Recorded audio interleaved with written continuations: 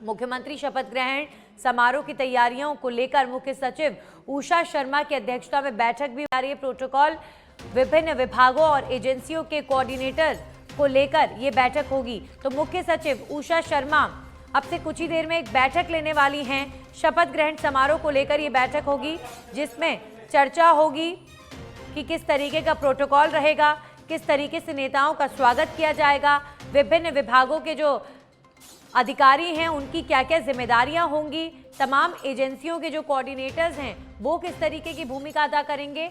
इन तमाम पहलुओं पर चर्चा को लेकर मुख्य सचिव उषा शर्मा अब से कुछ ही देर में बैठक करने वाली हैं। तो इस समय राजस्थान में अब सीएम की नियुक्ति होने के बाद सबसे ज्यादा चर्चा हो रही है तो शपथ ग्रहण समारोह को लेकर हो रही है और मुख्यमंत्री शपथ ग्रहण समारोह की तैयारियां जोरों पर हैं। मुख्य सचिव उषा शर्मा अब से कुछ ही देर में बैठक लेंगी और मुख्यमंत्री शपथ ग्रहण समारोह की तैयारियों को लेकर मुख्य सचिव प्रोटोकॉल, विभिन्न विभागों और एजेंसियों के कोऑर्डिनेटर्स की क्या कुछ जिम्मेदारियां रहेंगी, इसे लेकर इस बैठक में चर्चा करने वाली हैं। हमारे सहयोगी लोकेश ओला जुड़ गए इस खबर पर। लोकेश, मुख्य सचिव उषा शर्मा बैठक करने वाली है शपथ ग्रहण समारोह की तैयारियों को लेकर, अधिकारियों की जिम्मेदारियों को लेकर, कौन कौन से डिपार्टमेंट के अधिकारी मौजूद रहेंगे, क्या कुछ मुद्दा इस बैठक का रहने वाला है? देखिए, बिल्कुल जो मुख्यमंत्री और उप मुख्यमंत्री का शपथ ग्रहण समारोह कल होने वाला है, उसकी तैयारियां जोरों पर चल रही है।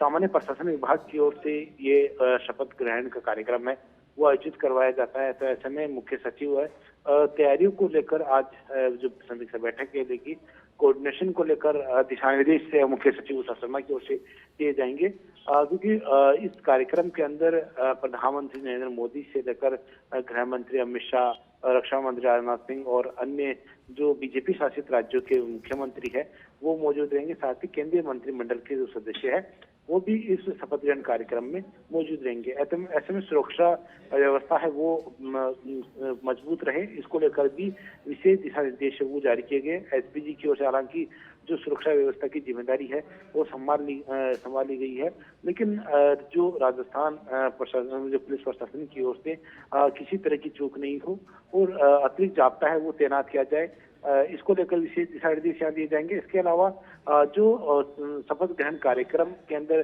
जो व्यवस्थाएं सुनिश्चित की जा रही है वो पीडब्ल्यूडी विभाग की ओर से करवाई जा रही है। तो ऐसे में पीडब्ल्यूडी विभाग के अधिकारी है वो भी इस बैठक के अंदर मौजूद रहेंगे, सामान्य प्रशासन विभाग के अधिकारी मौजूद रहेंगे। इसके अलावा पुलिस विभाग, जिसमें जो डीजीपी सहित गृह विभाग के सचिव आनंद कुमार इस बैठक में मौजूद रहेंगे। इसके अलावा जयपुर पुलिस कमिश्नर बीजी जोसेफ भी मौजूद रह सकते हैं। तो ऐसे में पूरी व्यवस्थाएं किस तरह से हो और किसी तरह की कार्यक्रम के अंदर चूक नहीं हो और एक जो बड़ा कार्यक्रम जो आयोजित किया जा रहा है शपथ ग्रहण का, उसमें प्रदेश भर के जो लोग आएंगे उनके लिए भी पूरी व्यवस्थाएं हैं पहले से सुनिश्चित की जाए। इन सबको लेकर और विभिन्न एजेंसियां जो अलग अलग काम करेंगी इस शपथ ग्रहण कार्यक्रम में, तो उन एजेंसियों के कोऑर्डिनेशन को लेकर भी यहाँ दिशा निर्देश है वो दिए जाएंगे। बैठक की तैयारियों को लेकर, जो कार्यक्रम की तैयारियों को लेकर ये बैठक होगी, जिसमें मुख्य सचिव उषा शर्मा के साथ संबंधित विभागों के जो अधिकारी हैं वो भी मौजूद रहेंगे।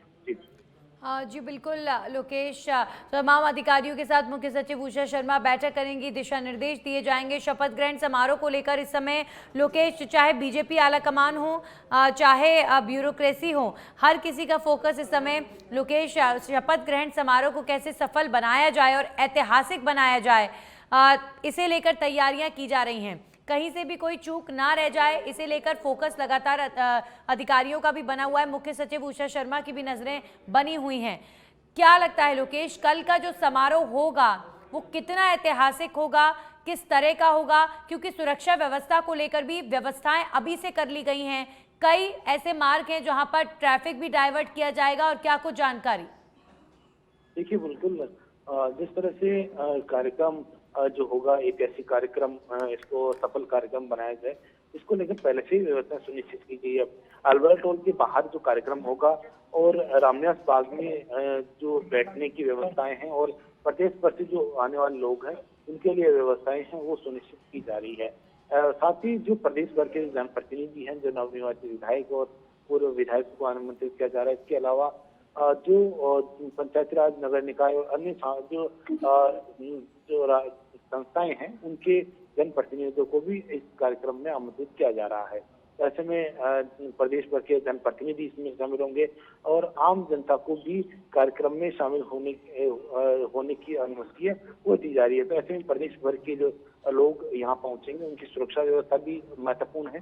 साथ ही तैयारियों को लेकर पहले से ही जो ट्रैफिक डाइवर्ट किया जा रहा है, क्योंकि जेलर मार्ग पर जो व्यस्तम मार्ग है और साथ ही जो शहर से आने वाले जो वाहन है वो रामनिवास बाग से होते हुए निकलते हैं, तो उन्हें भी डाइवर्ट करने का काम किया गया है। साथ ही जो व्यवस्थाएं पहले से सुनिश्चित की जा रही है, जिसमें पीडब्ल्यूडी विभाग की ओर से तैयारियों को लेकर चाहे मंच बनाने का काम हो या फिर अन्य जो कार्य है वो पूरे किए जा रहे हैं। सामान्य प्रशासन विभाग की ओर से व्यवस्थाएं पूरी तरह संभाली जा रही है। जेडी की ओर से सफाई का जिम्मा है वो लिया गया है। सफाई व्यवस्था पूरी तरह से चाकचौबंद हो उसके लिए विशेष काम किया गया है। साथ ही प्रधानमंत्री एयरपोर्ट से सीधा अल्बर्ट हॉल पहुंचेंगे, उस दौरान भी किसी तरह की सुरक्षा व्यवस्था में चूक नहीं हो, इसकी भी जिम्मेदारी है वो प्रशासन की ओर से ली गई है। और जयपुर पुलिस कमिश्नर सहित जो आरएसी के जवान हैं वो तैनात इस दौरान किए जाएंगे। जी जी बिल्कुल लोकेश, शुक्रिया आपका तमाम जानकारियों के लिए। तो अभी फिलहाल जवानों की तैनाती का भी सिलसिला शुरू हो चुका है। बीजेपी आला कमान द्वारा तैयारियों का जायजा लिया जा रहा है। शपथ ग्रहण समारोह को लेकर तैयारियां जोरों पर हैं। कुल मिलाकर मुख्य सचिव उषा शर्मा भी अब से कुछ ही देर में एक बैठक लेने वाली हैं। प्रोटोकॉल, विभिन्न विभागों और एजेंसियों के कोऑर्डिनेटर्स को लेकर चर्चा होगी। मुख्यमंत्री शपथ ग्रहण समारोह की तैयारियां और कल 15 तारीख को 11:15 बजे के लगभग शपथ ग्रहण समारोह शुरू होगा और प्रदेश के नए मुखिया शपथ लेंगे।